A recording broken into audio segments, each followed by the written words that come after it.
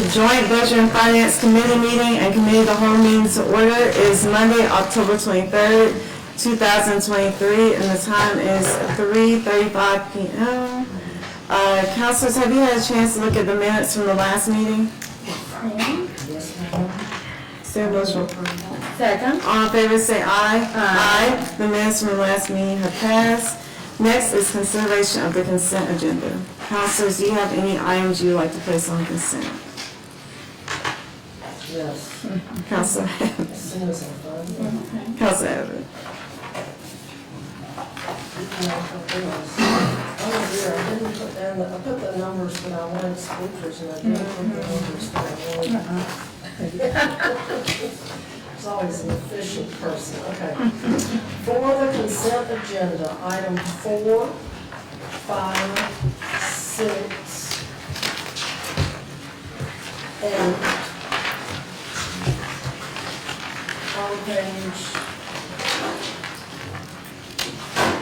4, items 12 and 13, page 5, item 16, page 6, items 17, 18, and 19.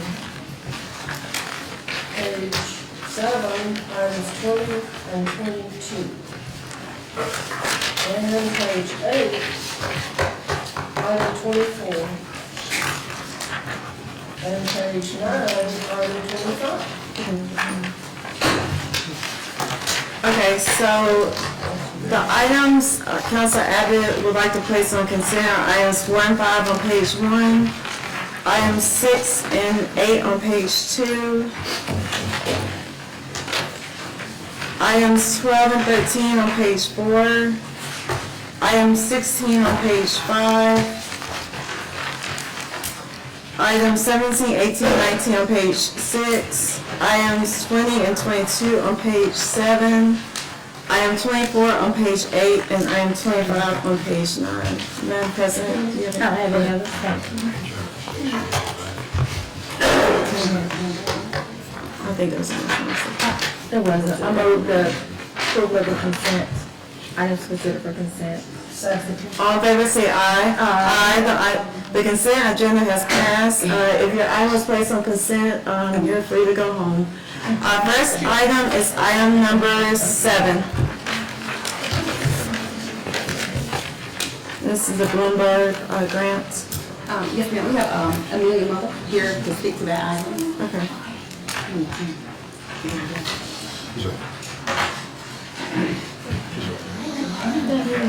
Yes, good afternoon. Monday. My name is Amelia Muller. I serve as Civic Design Principal in the Mayor's Office, and here to speak to you about the item before you, which is the city's application to participate in the Bloomberg American Sustainable Cities Program. This is a newly designed program from Bloomberg Philanthropies in collaboration with several national partners, including the National Resources Defense Council, National League of Cities, Policy Link, and several other technical assistance providers. It is focused on addressing the intersecting challenges of climate change and the racial wealth gap, with an explicit focus on how to build wealth through climate solutions. And if we are selected, would yield 3 Bloomberg-funded staff members to focus in this space for 3 years. So we've submitted kind of a draft application that we're receiving some technical assistance on, and then the final application will be due at the end of November. Is there any questions? Yes, Madam President. Yes, thank you very much. I was just trying to be sure, have you presented this information to us before, or is this the first time for this particular climate control study? It's the first time for this particular program that I've come before this body to speak about. Okay, and there'll be a 3-person team working for 3 years.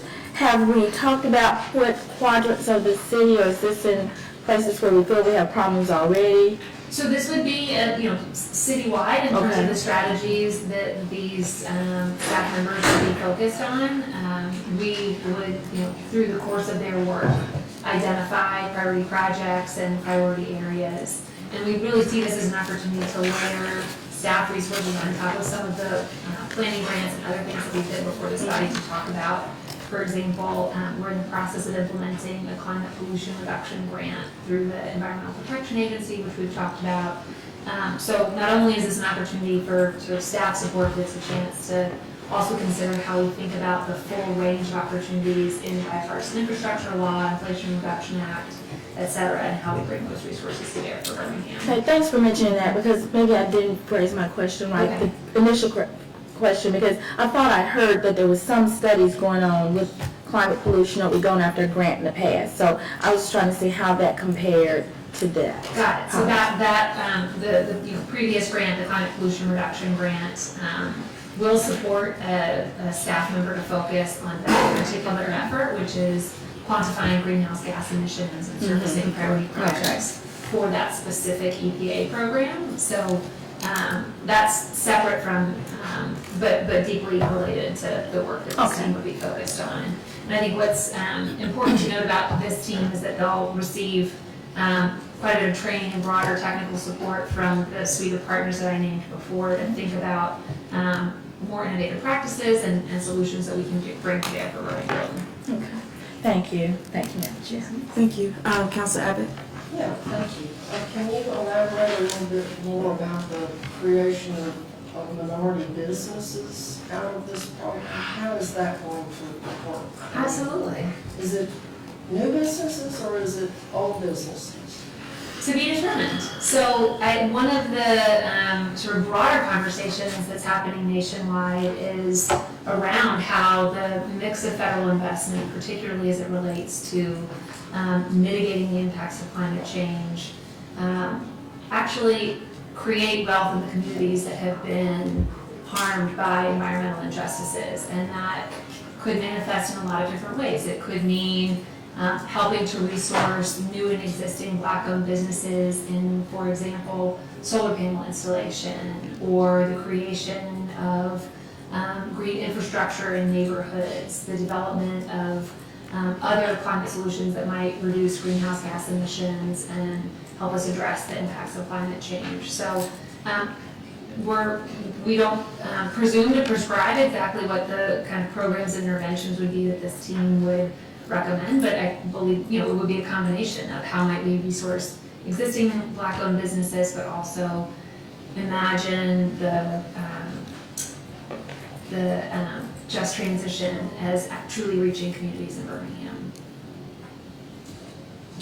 So maybe if we had a minority-owned landscape company, we could turn Birmingham back into Tree City, USA, and plant trees to cool us down.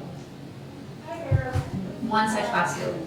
Well, I mean, one of many, I'm sure, but that's just one that comes to mind. Okay, well, I just wanted to understand about the business creation or jobs creation. Oh, the two really go hand in hand. Yeah. Okay, I think that was my only question. Okay. I don't have any questions for you. No, Okay. thank you. We have to get it first. Yeah, that's true. He was a motion. Okay. We need a motion. A second. Move the item. Second. All in favor, say aye. Aye. That item passes. Thank you. Thank you. Next item is item number 9. Yes, ma'am, we have Chief Milton here from the Police Department, the Fire Department, to speak on this item.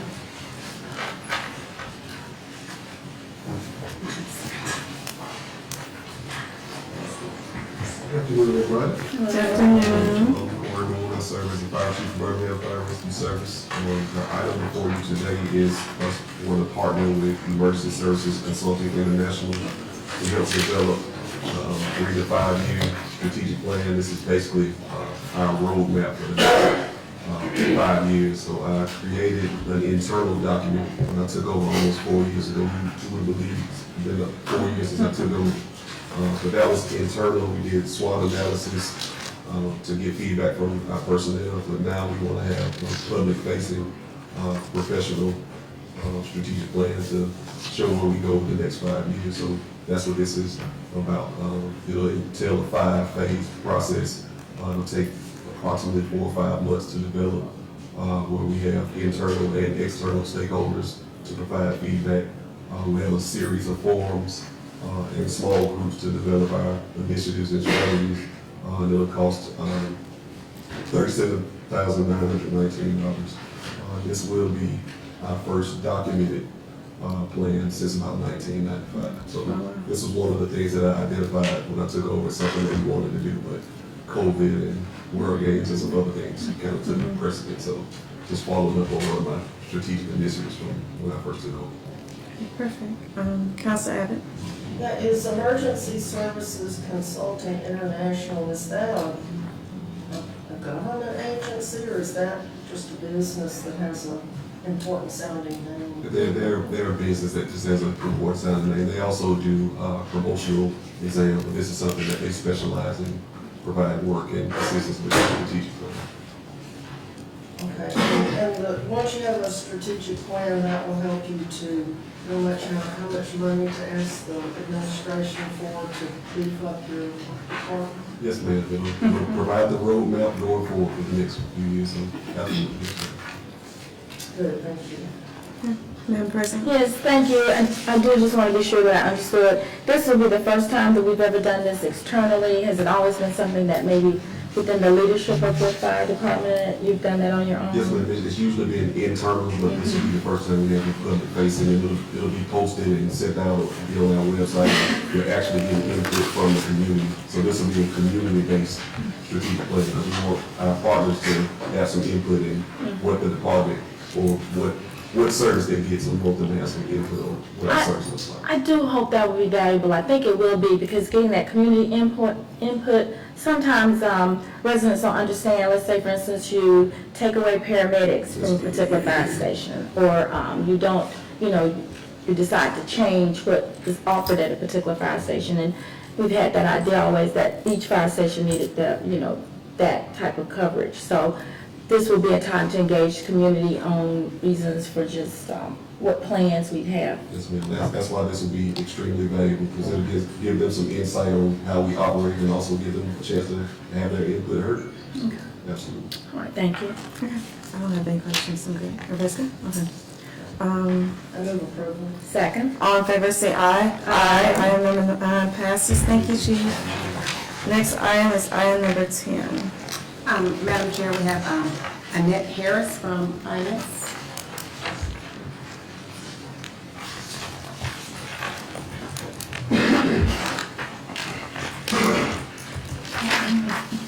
Hello. Hey. I'm Annette Harris. I serve as Deputy Director of Enterprise Systems and IS. Okay.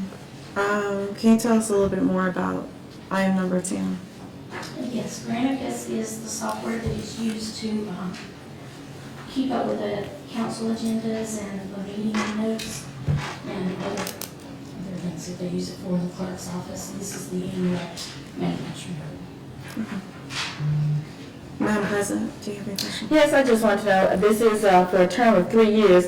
Are there any enhancements that we could get from this, or do you know if this includes, with the package includes different enhancements, or this just the same straight program that we This is currently the use? renewal of your existing programs, but we could look into other enhancements. And it's just kind of got a request on that.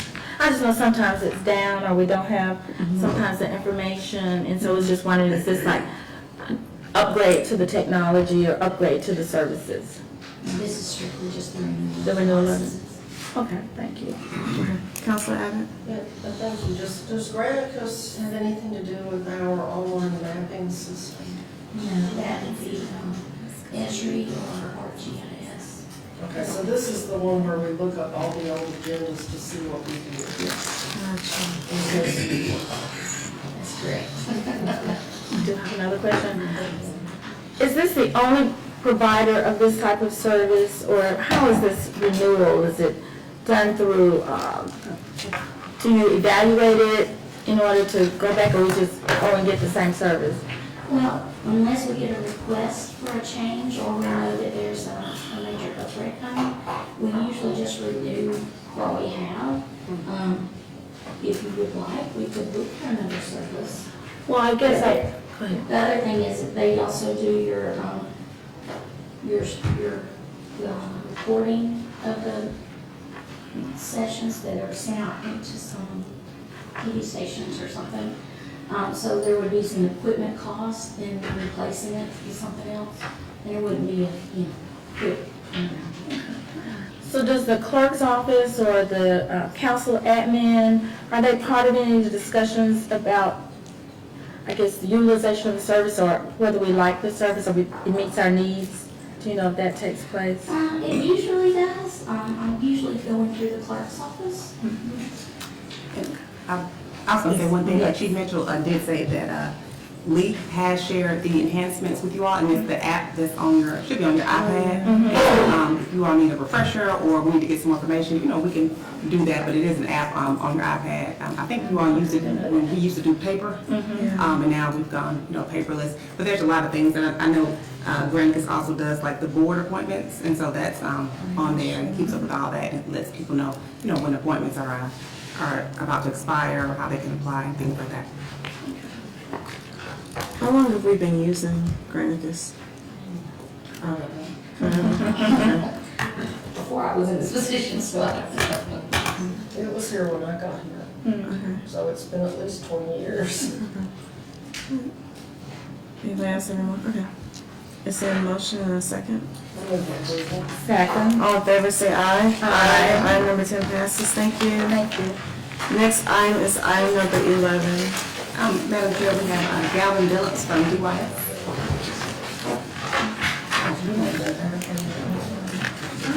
I use it a long time since we've been in your chambers. Is this the time? No. That's back when we were in your chambers. I think I was just not forgot. This morning, like I said, right. Good afternoon. How you doing? To Madam Chair, to President Ward Boy, representatives of the council, to all of the members of the public, as well as the mayor's staff. I'm Gavin Phillips. I serve as the Director for Department of Youth Services. Joining me on my team is Ms. Tracy Bennett, who's back in the room, but she serves as Deputy Director. Mr. Isaac Cooper, who is the founder and president of IMC.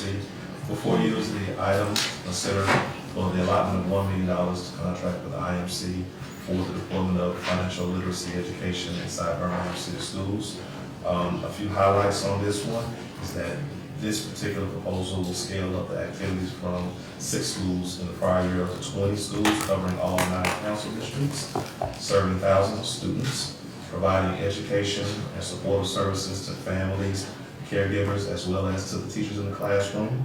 It delivers the needed resources through the class presentations as well as the financial literacy events. And then finally, it partners us with IMC directly to provide such services.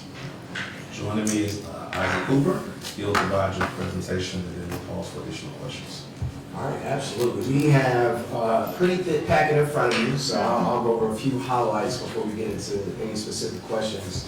One thing I will share is that it has been super exciting going into these initial 6 schools after the year 1 funding, being able to engage not only the students, but also the parents and the faculty and staff. I was just speaking with one of the high schools right before I came here today, and we were talking about the importance of parents understanding this information. The child is going home learning about the rule of 72 and how they can double their money. As soon as they get home, if that mother has yet to be introduced to that concept, she's going to say, the rule of 72 those dishes, right? Like, so there's going to be a lack of proximity to make sure that that seed isn't sown on concrete. One of the things that you'll see in the report, if you go to page 4 off of our list of highlights, is to be able to display what the students understood when we came into the classroom and then what they were able to understand once we left the classroom. So our pre and post test at the middle school level on average was a 54% increase, so it's a pretty significant increase. High school, 12%. The amount of hours that we provided in-person instruction, we wanted to be very intentional and make sure that the faculty and staff did not take on an additional burden facilitating information in which they actually don't make enough money to where Merrill Lynch or some of these financial institutions are calling them to manage their finances. So we allocated one-on-one consultations as well as financial workshops, but also we're coming into the classroom already equipped. We understand the systems and the software that Birmingham City School uses, so we're in there using the same Nearpod functionality. Teachers are able to sit back and learn with the students, but also they don't have to come in really with this information ready to share, because financial literacy is less about understanding the definition of credit. It's more about the application of that definition in your own life to be able to share these kids those concepts on either, hey, let me tell you when my credit score was 510, or how I was able to get it to a 700. So that 227 hours of in-person instruction has been great. One of the partners that we've been able to work with, as you know, financial institutions have CRA requirements. So Regions Bank has been one of our partners. So as we scale into the 20 schools, last year we had about 30 of their employees. To date, we should have close to about 90 committed that Regions will be providing in the classroom. One of the aspects about them being in the classroom is that we have very rigorous training, right? So you're not going to go into this classroom unequipped and unprepared. So we have 3 modules when it pertains to our training. I can get into a whole bit about that, but just making sure that these students have the best representation in front of them. Not only connecting with the students, making sure volunteers know their names by the time they leave the classroom, but as well the different concepts. Excited to hear to share about the workshops.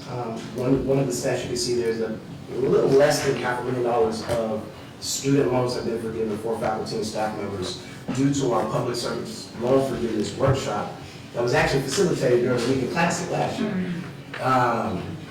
Transitioning from an event, we were able to still get that workshop done, and to date, so they're still coming in because there's still notices that's been great. Because being able to see those emails from a faculty and staff that says, Isaac, I'm a single mother, I have 2 kids, this just freed up $385, right? So some tangible wins. Credit score increase in home ownership. We'll be able to get into a lot more wins because we're very intentional on the data that we track as well. Another great highlight is that 2 of these seniors, Birmingham City School students, will actually receive their CFEI, which is a Certified Financial Educator Instructor. It's a nationally recognized certification. They're probably about 80% done. These are 2 students that are actually graduating and going to UAB. So we're actually going to pay them to come back into the classroom to facilitate what they're learning through this certification. I'll stop there to see just any general questions. As you can see, there's different experiences that we listed in this annual report. There should be a digital version in your inbox I may have sent to some weeks back that gets into the classroom culture, how we train, what's important. But I'll say probably the biggest moving ball this year is that the state standards that we're establishing on financial literacy. So we're moving around, of course, the Literacy Act when it pertains to our elementary school students, but also the Numeracy Act is right behind that. And so there's this elementary school focus, but also at the high school level, which was just mandated this calendar year on 9th graders, essentially establishing this financial literacy awareness throughout the state of Alabama. So we're actually working directly with the state to ensure that we position the data and the information that we learned from year 1 here in Birmingham to be a front runner on what financial literacy is like throughout the state of Alabama. So I'll pause and see if there's any questions, comments, or concerns. Madam President. Yes, thank you very much. I'm glad to see the statistics for the program. I know we were very excited when it was first introduced. Just a few questions.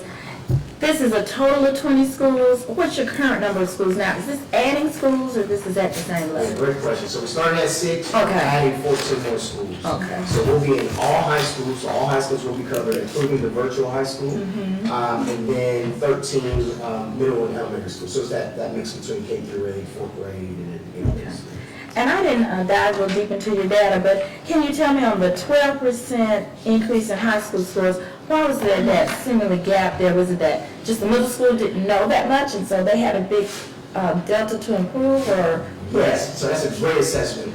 As you can imagine, high school students are more proximate to some of the words around credit, investing, budgeting. So those core topics, they were aware, but they probably didn't have the right information around it. Middle school, there was more of a gap on their initial understanding of the information. And also, to be honest, as we talk about the literacy opportunities that we're able to address in Birmingham, we inherit that with financial literacy. So sometimes it may have been their ability to read a word problem. That was the issue. And so over time, we were able to essentially build their confidence with these numbers and these financial concepts, that by the time they finish that exit exam, there is we were able to see that increase there, for sure. Yeah, great observation. And you mentioned the parents, so what was the component or what was the service offered to the parents as a result of it? Absolutely. So all parents had access to the 18 workshops that we facilitated over the last school year period. So they were broken out in two different sections. One was planning with the experts, and we brought in experts based off of their particular industry. So prime example, like the public service loan forgiveness, we brought on the first certified student loan professional in the state of Georgia to essentially take them through that application one step at a time. Second, we had Regions underwriting department, so we had a workshop on home ownership. So it's one thing to understand, all right, how do I prepare to get a home? The other is how do I get to underwrite? So we worked with Regions to facilitate a workshop on that. So everything that was provided for the faculty and the staff was also available for the parents and the caretakers as well. And all workshops wasn't confined to the 20 schools. The biggest variance with the 20 schools specifically is the people we deploy in the classrooms. All of the workshops are available for all schools across the district. Okay, thank you. Okay, Council Abbott. Okay, several questions. First, is there a list of the schools where this is going to be handled? Absolutely. It'll be on the third page. Okay, and this $1 million in funding is coming from DYS? Yes, ma'am, it's part of the budget approval. And then, since it's a requirement for students to have financial literacy training, who are you working with at the school system? I'm assuming all this is done in the school, but is it or is it not? Great question. So this is a trifecta agreement with the City of Birmingham, INC, and Birmingham City Schools. So we work directly with the principals. Before we get into the school, we work with the principals and the point of contact. So prime example, at the high schools, we align with the economics and governance hours, so this isn't anything in addition. We go in during a time that's already outlined for the core curriculum to make sure that, one, we don't take away from the core testing, but two, we directly complement it.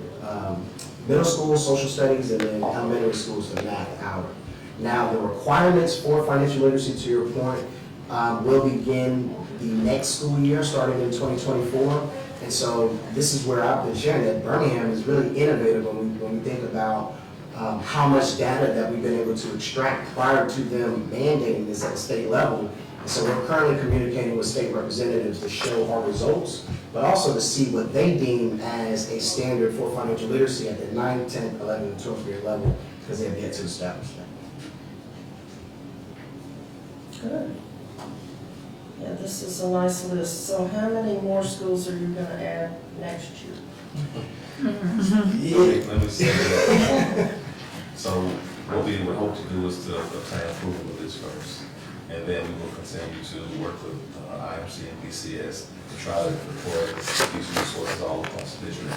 Good news is that we're at 20 now. We're covering all the parents and educators for this school year. Our hope is that we continue to scale up, and we'll just have to come back and revisit budget as well as the mayor's priorities and the approval process to get to that point. Well, it seems like you could have a train-the-trainer kind of deal, because if it's a requirement of the state, then you're gonna have 20 schools that have kids that have been indoctrinated, and then the rest of them are just gonna be sitting there, you know. Well, we hope not. The Birmingham City Schools did a good job as well as providing what they need in terms of core standards. But what we're doing is providing some additional innovation around this and partnering and getting on the ground quicker. And to Gavin's point as well, we actually have a train-the-trainers model. So when we designed this, we wanted to make sure that we weren't the only ones facilitating this in the classroom. We have to get the faculty and staff positioned to be able to do it as well, which is why we wanted to engage on those one-on-one consultations to get them right sized with their own finances. And that same designation that I mentioned for the high schoolers, that CFEI, our goal is to have one person at each school across the district to have that designation to uphold that standard of really being able to align a potential financial concept to a child's learning ability at that particular level. So that train-the-trainer model is actually in alignment with the same type of infrastructure that they deal with districts across the country, which they call professional development. It would be under that umbrella. So that is factored into our overall 5-10-year plan. Okay, and the virtual academy of learning, that is like online or? anybody can go look at it, or if you still have to be a parent, a guardian, a teacher, a student? Yeah, great question. So that virtual academy is listed as one of the 20 schools, and so of course there would be a student under that particular school. Ms. Tracy Williams is our point of contact to essentially get the roster and send that invitation to the students.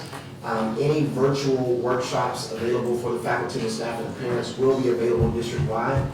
And so we're working directly with Birmingham City Schools, with George Stewart, to help share on the different social media platforms. So if you look at last year's results and some of our receipts, you'll see the Instagram posts, Facebook posts, we have QR codes, because we're very intentional on the data that we extract along the way. So even the parents that are a part of the workshops, there are certain information that we want to be able to share back to the city to be able to show how financially healthy these parents are, essentially knowing that their kids are within the district. Okay. But I just know that all the ones that aren't part of the program are gonna wanna know why, and when is my turn, that's what people wanna know. Absolutely, and it's so exciting that we anticipated, even with our last year, that was the main push, and it not only came from the students, it was great to hear that from the different principals, like, hey, when are you bringing this to our school? So that we know that it's good, but we also want to do it right. So that there's an appetite to scale quickly, but we do want to scale with quality to make sure it's sustainable and we can really utilize some of the quantitative and qualitative information to get the resources to, 30 years from now, we talk about some of the great wins from this project. I'm sure there are a lot of wins right now. I remember I got to college, didn't know how to fill out a check. And now we don't use checks anymore, so. That's right. But, everybody needs to know. So thank you. It's funny, we had little skits during freshman orientation about two nerds having a credit card, taking the girls on the date and declining. And then we had them watching video. I said, oh, like, don't give me credit cards. So I gave me credit cards and cards because of that. Councilman Quinn, do you have any questions? Just listening and. Madam Chair. Yes. Madam Chair, members of the committee, there's a request to amend the agreement with INC. Changes the amount from $1 million even to $1,007,000. The additional $7,000 will be coming from District 6. The GL account that correlates to the change is 001. Pass it down to Laquita. 000 04260 542 001. So this, I don't know if Isaac's going to give the same, well, I'm just adding two of my schools in here. Holy Family, and what was the other one? Was it The 11th grade select group for Ramsey. for Ramsey, yes, to give them the opportunity to have this course as well, because they were on this list originally. Any more questions?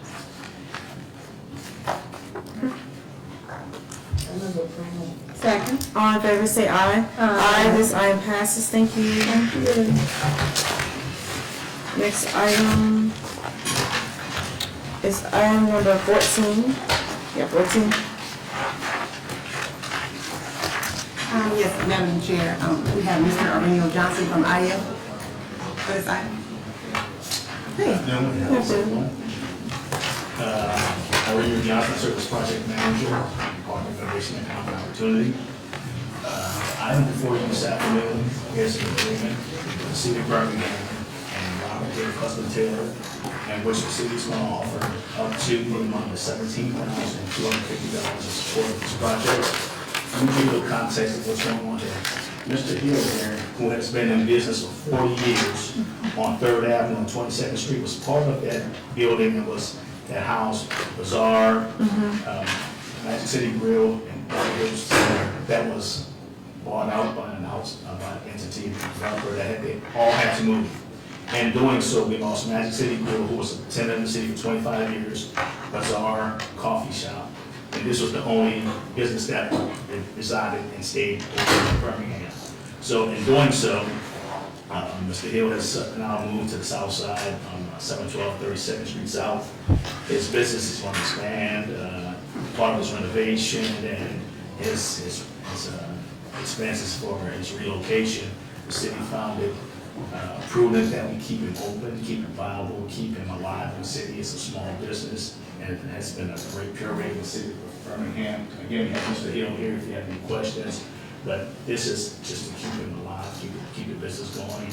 And if you have any questions, I have an attorney, Alan Foster, who written up the agreement, but he's going to remain open after 4 years of business, and we would just offer this support. Okay, is Mr. Hill, you said Mr. Hill was here? Yes, sir. Mr. Hill.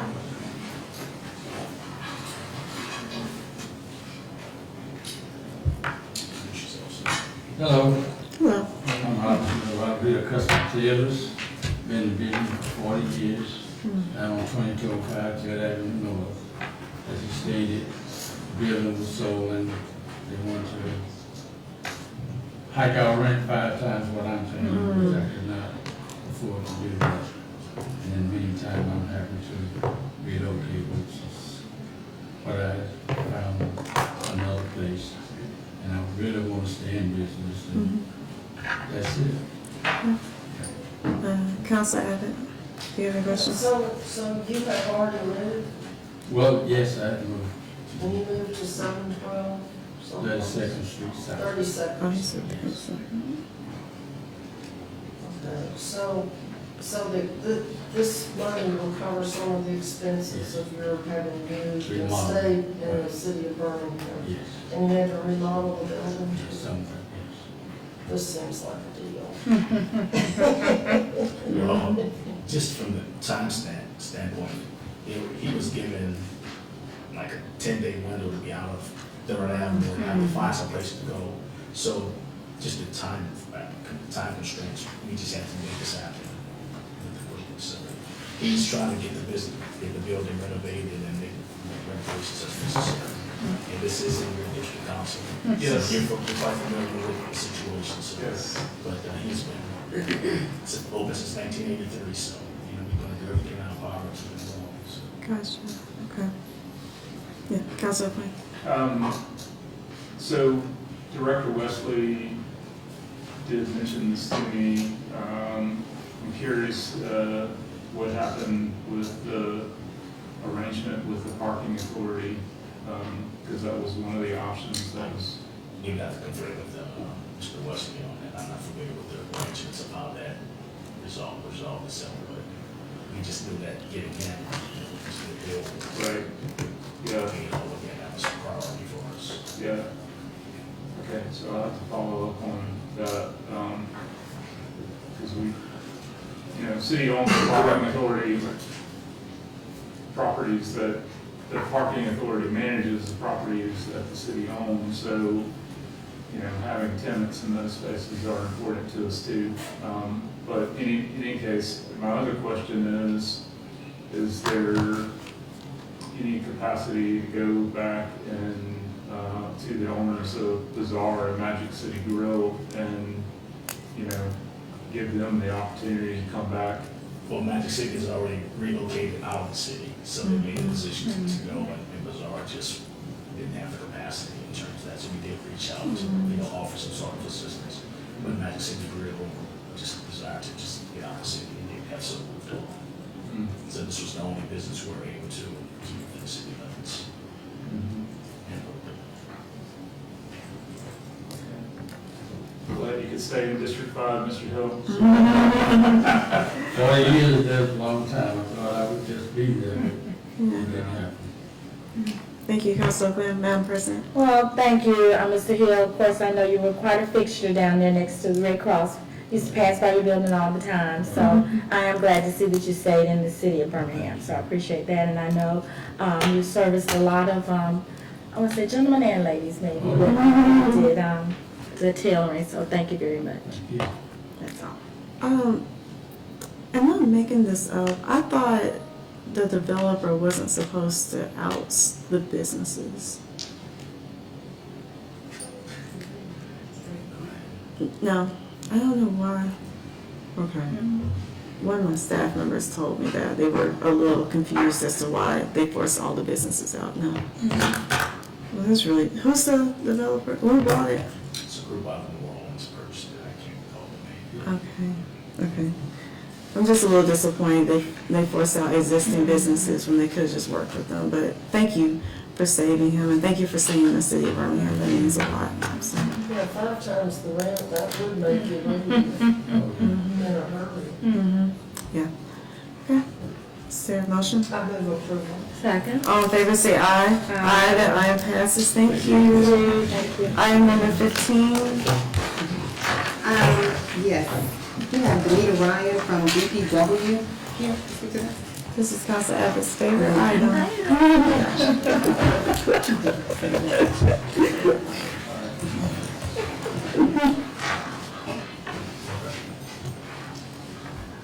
Good. Can you tell us a little bit about the item? Yes, I'm here for my director, Josh Yates. We've been using the robotic mowers, which is called Myco. I think at first we did have it at Land Parks, and we were having a lot of issues at Land Park because of really the homeless and so forth. So we moved Myco to Harrison Park. And we have 4 robotic goats out there, several pen, 4 pen areas, and we have about 3 shepherds. And the shepherds are the ones that get the text message if something's wrong and so forth. What we're asking today is for $18,000 to continue on operating those goats or the robotic mowers out there at Harrison Park. We need it for the software, also for the maintenance of the robotic goats as well, and the support team, which is all the technology that comes with it as well. And so we're asking for $18,000 for the next 3 years of it. I have to say that my goat has operated very well at Harrison Park. It's more of an open area. A little over 6.5 acres out there. We did have a few problems when we first put it up, but I put signs up saying surveillance or, you're on camera. So it actually stopped the kids, and I also have it operating at a certain time. When the kids are coming through in the morning for school and it's not operating, it stopped. We have a cutoff time, maybe around 2:30, and then we pick it back up about dark. So at night, it's also cutting as well. We also have to look at, it's just not cutting the grass itself, but it will also mulch up leaves also. And so it has saved us quite a bit of manpower from Harrison Park also. And so basically, we're just requesting this finances of $18,000 to continue on with the software, all of the technology, and the hardware, and repair the goats when it's needed. Okay, thank you. Is there a reason why it's just at Harrison Park? And you guys have plans to expand this to another park? Right. This has been a trial, and like I said, when we started at Land Park, we put it probably in one of the hardest parks ever, that have a lot of traffic. And so when we moved it to Harrison, it let us to really know what we could do, how well we could operate. And the goats are operating very well out there. It wasn't a hard thing to put the pins down either, and I would like to see it in more parks. Okay. I didn't know if you had done any evaluation yet to see if you could put one in each district, or we didn't have to ask. We haven't, but we have been keeping up with the hours that it is cutting as well, and so forth. I don't have those numbers before me, but as far as manpower is concerned, it's actually have been, it has actually saved money-wise. As far as manpower, putting the 4-man crew out there, it has definitely saved. Okay. Councilor Abbott? Yeah, I have a lot of questions about this, and I don't have as many now, but I was wondering if this was saving us money. I would assume that the park looks a lot better more of the time, because some of our parks get to be like 2 feet deep before anybody comes to mow. Do the goats just go out and mow whenever they are programmed to go out and mow? we program to go out and mow from about dark, 7 o'clock, they mow all night long.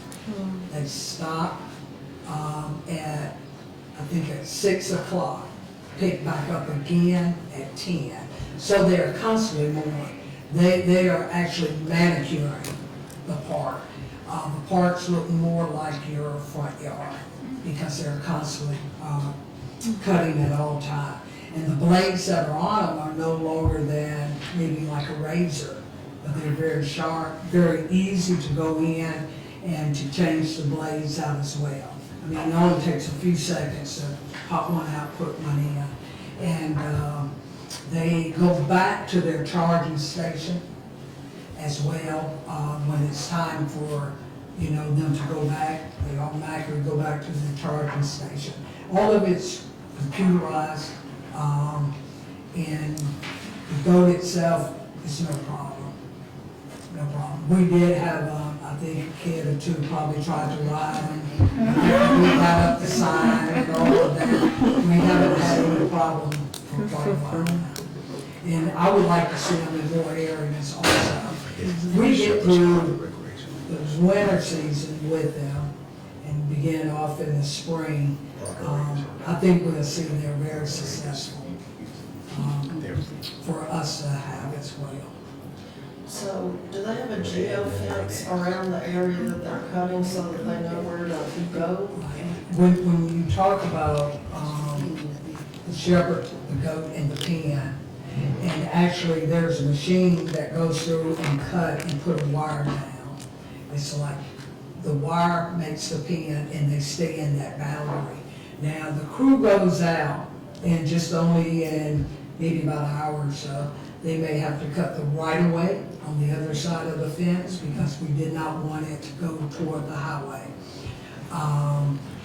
We have areas where on the outskirt of the tree roots, where they will not go up there, but we have maintained all of those as well. And so there's just very little maintenance we have to go in the park and take care of. So I guess having fewer trees is probably easier on the goat, even if it doesn't make the park look as good. Well, the answer to that is the trees really is not a problem.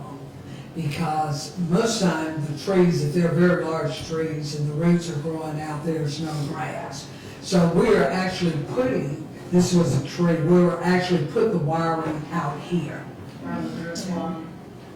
Yes, ma'am. And so the goat will stay on the outside of the roots of the trees. And there's really no grass that are growing up close to larger trees because, you know, the tree roots are absorbing all the moisture anyway. And so therefore, we just put the pen and outline the tree away from it. Yeah. Now, the goats can also cross over the sidewalk.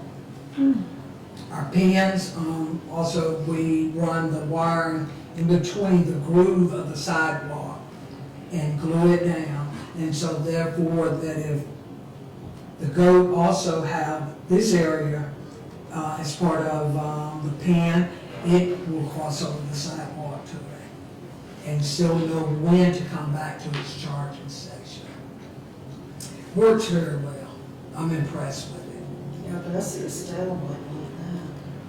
So are y'all planning like in the next budget to try to expand to any more parks, or are you still in the trial period? Well, I really feel that we're probably getting ready to come out of the trial period because Harrison Park was a very good park to put that in. When I selected that park because it was more open and the timing that we were able to program the goat. And at Lynn Park, it was very hard because of so much traffic. And, you know, someone's in the park at all time. And so I think as we go through the winter, we should know how successful we are with the leaves falling as well. So, and I hate to take up so much time, but I really want to know about this. So The problem with Glen Park and there being people in it, did they try to do something to the goats, or did the goats try to run over the people? Or Well, they were flip them over on their backs. see if there was anything inside to eat or? Yeah. But see, one thing about the goats, they do have a tracker, and one was stolen, police went right to the house and got it. So, you know, you can sell them, but they have a tracker built in it, and it's no problem. We call the company give us the address where it's at, and we go and get it. Or the police does. Yeah, well, yeah, I wouldn't believe that. Let somebody see what they were doing. Yeah, and so they were taking the goats out of their pen area, they were unplugging also the charging stations and so forth. So that was a problem for us, and we wasn't getting the cutting time in that we needed. I guess not.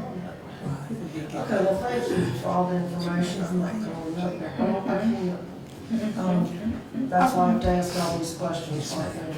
But I would be interested in, you know, seeing them tested in a few more, you know, small parks that seem like it would work. Or somebody comes by and steals. I think it's a great thing, the robotic mowers. As I said in Harrison Park, it has proven to be very successful. I'm sorry, I didn't bring any numbers, I just got a phone call.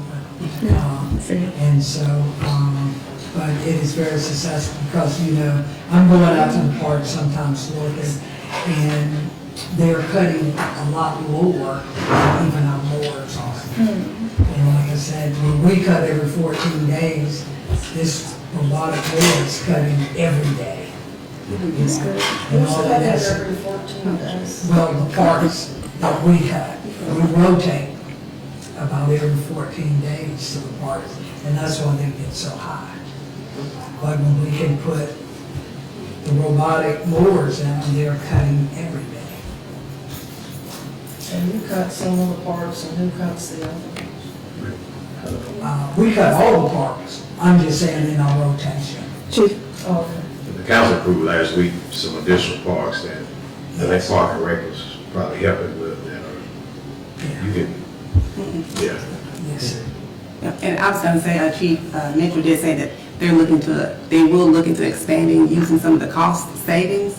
And so to you all's point about, you know, doing more, as soon as we have some cost savings, then prayerfully we'll be able to expand at that point. Yes, yes. And that is our intention. As I said, I believe that after we get through the fall, we'll be able to save 100%. Right. Okay, I'll quit asking. Okay, good question. President Alexander. No, I just had one follow-up question. The $18,000, is this dependent upon the size of the park? So if we were gonna go into other parks, we would have to consider the area, or is it just the cost involved in building the pins around and laying that Just pretty framework? much the cost of putting the pins. Okay. But it's really, to put the pins in is quite inexpensive. Okay. It's a very fine wire. It's almost like for dogs. A lot of people do that for dogs as well. And that's inexpensive. And I could see the cutting, because, you know, parks supposed to close at dark anyway, and so they do most of their cutting at night. That sort of eliminates the traffic while people are in the park. Yes. Okay. And sometimes you can go out maybe about around 6:30 in the morning. You can also see. I'm like Ms. Abbott, I would like to see one of Yeah. It's almost parks, so I'll be there. Vacuum cleaners, that's why. We'll have to go out at night. That's what she's thinking. I haven't seen it. You can catch them in the day.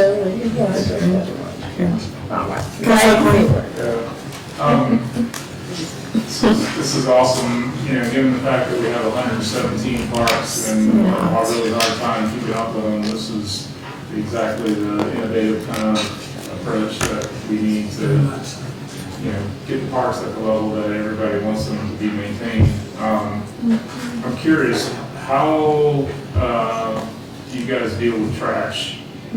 Like, you know, The goat eats it. Actually, the park board has a team that goes into all the parks and remove the trash as well. Also, park board is partnering with us in a way at the rec center. They have someone that works at the rec center. And so if there's an issue or anything, he also gets a text message saying error or something like that. And so if it was a problem with a piece of paper or something that got into the wheel, that would stop it. And most time it doesn't, not even smaller sticks. You know, they just continue on and continue on. But the park board is responsible for removing the litter out of the parks. Okay, so at Harrison Park, they're doing a sweep of the park, like, I guess, on a daily basis, or, you know, at least visual inspection or something like that.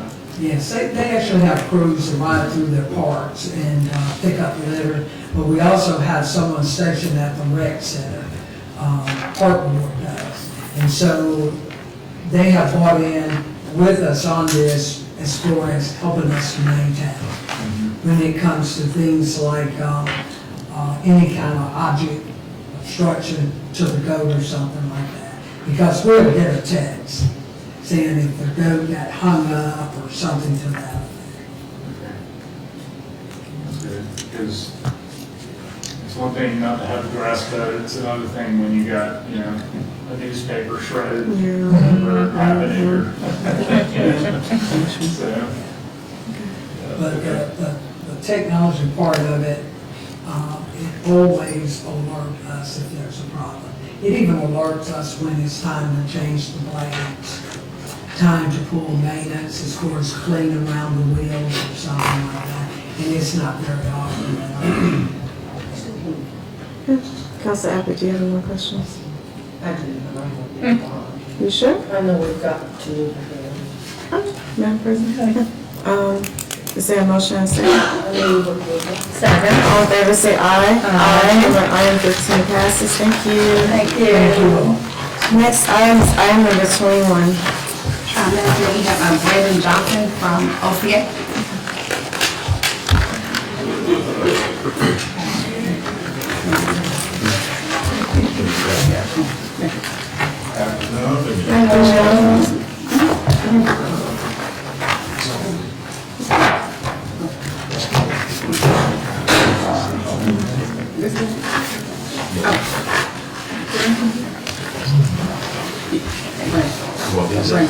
You guys are right, that email to me, and you have essentially cliff notes to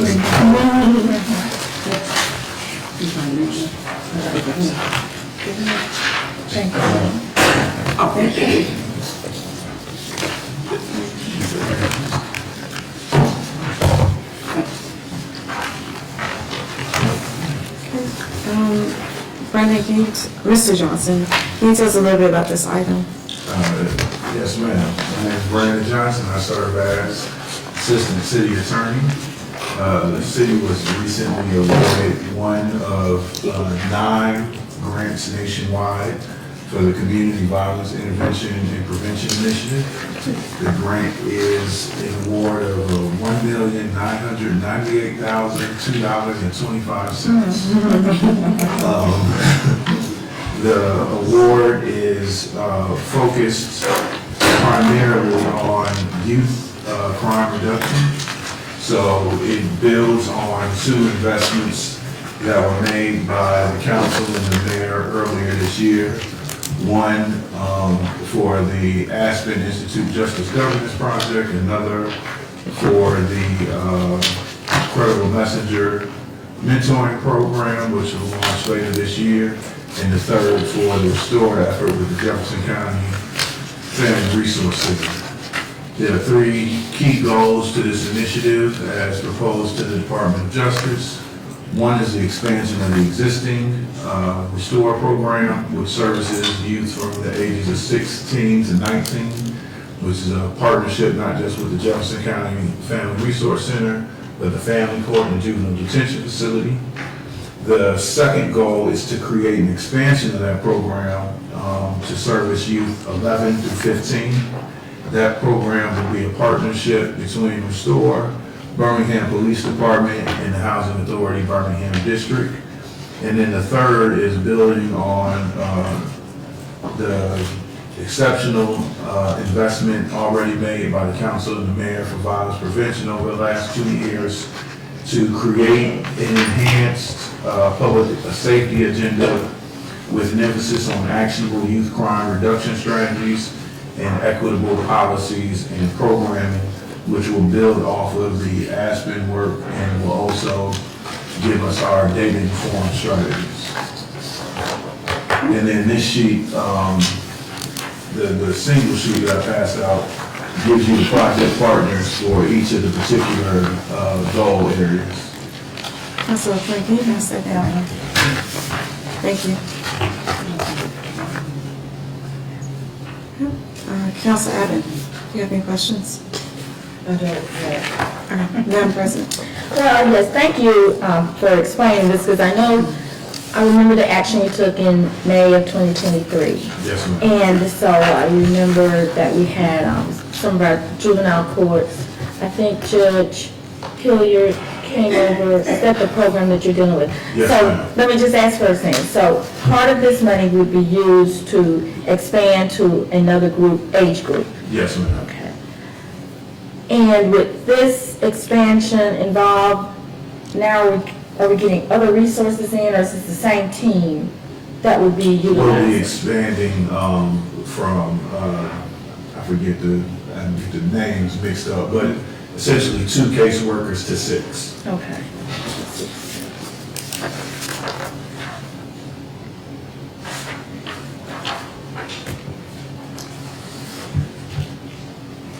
And I know we had planned to talk later in an upcoming community of the whole meeting, just trying to get the whole footprint of this toolbox that we're Yes, working ma'am. on. And so I guess I just wanted to say, can you say then, what percentage of all of the work that we're trying to do, does this weigh any heavily on our entire toolbox, or is this just dealing with the minors and youth? This is just one of those strategies. Goal 3 is actually focused on making sure that we bring together all of the toolbox in a more legible strategy, so to speak. Okay. I'll pass until you get some. And I can speak about the focus on youth if you need me to. Yeah, if you can. Yeah, please. There were several reasons for it, like, what we've learned is that in terms of law enforcement entry into the community, we found that the family court is the best entry point. So, the reality of the situation is that, our hardest impacted youth, who also are most likely to become our future offenders, will find their ways into family court. They're in family court because of their family dynamic. And what we found is that the social circle and ecosystem surrounding them, formal and informal family units, also gives us an entree into the adult population of violent offenders that we want to put on the right track. Thank you. Thank you. Councilor Abbott, do you have any questions? I don't. Okay, Councilor Flynn. The bottom line is we're getting $2 million to do more violence intervention, right? That is, All right, sign me up. Well, I'm excited to see this coming together. I know you and Councilor Tate and Uche have been working on this for a long time, so. and we will have a 6-month planning period. So if you have any questions or inquiries, now is the time to make them. And I will add something that we usually don't add, but I would say that this is person-focused, then place-based. So while you will see zip codes emphasized in this, the focus is on the individuals that meet the criteria, recognizing that there'll be a transient population, but the place-based, we know that they're gonna move to certain places, so it will be place-based, but the emphasis is on the individual and the family. Okay, gotcha. That's very good to know. Okay. I would be. Yeah, Councilman. Yeah, I would be curious, like, at some point, I think maybe for the committee of the whole or something,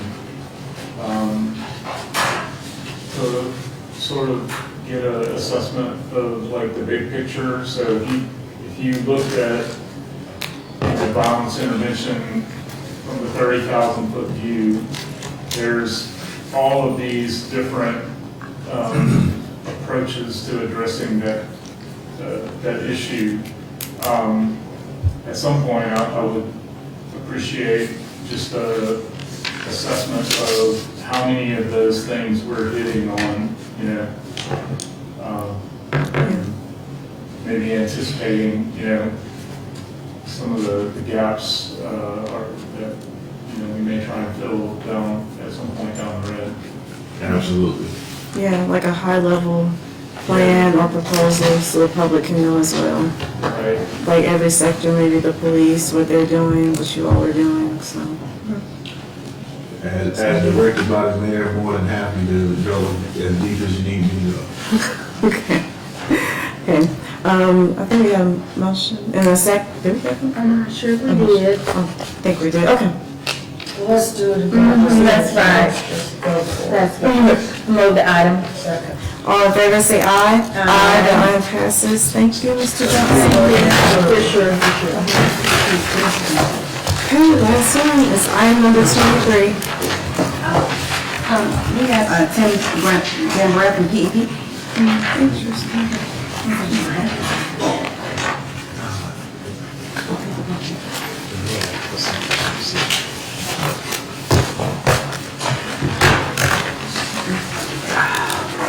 Good afternoon. Can you tell us a little bit about this item? Tim Ambrose, Service Chief Planner for the city. This item is in reference to an application we want to submit to US EPA for a brownfield assessment grant. The maximum allowable is $500,000. I think we'll probably come close to that request. There is no match. We have, I believe, 4 years to expend the funds. Those funds will be used primarily to do phase 1, phase 2 environmental assessments on brownfield properties. In the past, we had one of these grants about 6 years ago. The nice thing about it is that you can use it citywide. So as projects come forward, we can spend those dollars to assist redevelopment of brownfield projects. Okay. Gotcha. Madam President. Yes, thank you. I think we've asked this question before about our capability. We pretty much know where these brownfields are. But some of this money could be spent to develop inventories, prioritization, planning for. But yeah, there are a lot of brownfields in the city of Birmingham. The list will be very long. I think in order to really prioritize it, it may be difficult because it's really about reuse and redevelopment. And so we just focus our efforts on those things. So this then would be helpful though to economic development as people want to come in and bring business into the city. Then with the scope of this work, then we would know what all it would take to make that area usable or At least know what we need to do to clean it up and what issues they may have. And that is kind of how oftentimes it is used that way. It's difficult, if you're a person who owns property that knows it has issues, oftentimes you don't want it to be assessed because you don't need EPA to know that. And so we have had challenges in the past with that, but when it's a city-owned property, when it's an economic development project, oftentimes, it's very easy, for us to do it in those cases. And it's been very beneficial. And you say you've gone after something like this 6 years ago. We had one 6 years ago. How would you evaluate the success of this? Just give me an idea of what that money would utilize. How did that help? Yeah, so that money was primarily used to hire a consultant to do assessments. Okay. And so I would say that there were probably a few dozen, or maybe 3 or 4 dozen properties that were assessed. Some phase 1, some both phase 1 and phase 2. There were projects where the economic development, just as you mentioned, would come and say, hey, we got the school empowered me, this individual, this group is going to reuse it. Can we use some of this money to assess? And we've done that in the past. and it's been really beneficial that way. All right, thank you. Yep. Council Abbott? Okay, so do we already have an inventory of some sort left over from the grant we got 6 years ago? We do, we do have inventories of properties, and in the past, we did, a community participation project where when we applied for these grants, we would work with the community, kind of develop priority. So we do have lists, yeah. We have lists, that's for sure. There are many of the old school sites are in that situation. If they're an older school site, oftentimes, they'll have asbestos tiles or asbestos insulation, those sorts of things. Sometimes the ground has been contaminated for whatever reason. And so North Birmingham School, for example, North Birmingham Elementary, that school had a phase 1 and a phase 2 conducted on it as part of the previous grant program. Well, I know that with some of the development, even in the Midtown area, they've discovered buried tanks and things that nobody knew. Yeah, where has a gas station been? Where has there been a dry cleaner? All those kinds of things, yeah. And so, yeah. Well, I guess with our industrial background. Yeah. Right. And I think the Alice furnaces, weren't they, where Public Works has all that equipment? It was gonna be the garbage transfer. Oh, yeah, out there, yeah. Wasn't that the Alice furnaces location? Yeah, I'm not 100% sure. But, yeah, I know that, yeah, there was a big cleanup effort at Trinity across the street that the city and the county participated in to prep that site. But, yeah, and I would also mention that, working, as you know, community development bought Hill School, the city bought Hill School, for a community development project. And then I think we also own Eagleton School. We own several other schools like Kirby, schools like that. And so I know that community development is very interested in repurposing Eagleton and Hill. And so, we potentially could use some of this money to plan for that. It doesn't just have to be money for assessment. It can be money to plan for a future cleanup program. So I think this would position us potentially for a cleanup grant that would facilitate the redevelopment of one of those sites potentially. Well, Eagleton needs it really bad. It does, yes. It's a great building. We walked it recently, we went inside of it, and it's really in decent shape, structurally. So yeah, that would be a great asset to repurpose in some way. We had a field trip to it about 15 years ago, and I think Family Court was thinking about doing something there, but that fell through. And Yeah. there were animals living inside the building. It was creepy. Yeah, it's a little weird going in there, but yeah, it'd be nice to repurpose it for something beneficial. To protect us. Yeah, just in case. Whatever was in there, Yeah. which was nice, but it was just wide open. Yeah. We didn't have it closed up or anything. Just- Yeah, I think we try to board them up and keep them locked up, and people try to prevent us from doing that, yeah, so it's a constant challenge. Same guy that stole the goats. Maybe. Those are all my questions. Okay, Councilor Quinn, do you have any questions? Okay. Is there a motion and a second? I move approval. Second. All in favor say aye. Aye. That item passes. Thank you.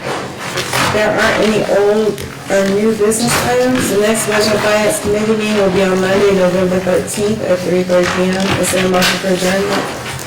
I move that we adjourn. Second. All in favor say aye. Aye.